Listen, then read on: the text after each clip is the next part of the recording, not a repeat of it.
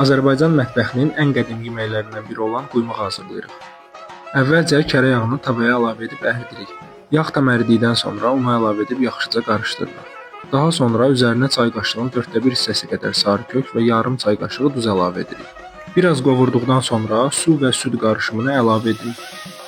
Burada diqqətli olmaq lazımdır. Su və süd qarışımını aram-aram əlavə etmək lazımdır ki, un düyünlənməsin. Daha sonra hamar və kremli teksturu alana qədər qarışdırırıq və yüksək odda dibi qazmaq tutana qədər bişiririk. Üzərinə yağ çıxmağı normaldır. Mən Bakı quymağı etdim. Və siz hansı bölgənin quymaqlarından hazırlayırsınız? Hazırlayan hər kəsə nuş olsun. Fikirlərinizi mənimlə rəylərdə bölüşməyi unutmayın. Gələn videolarda görüşərik.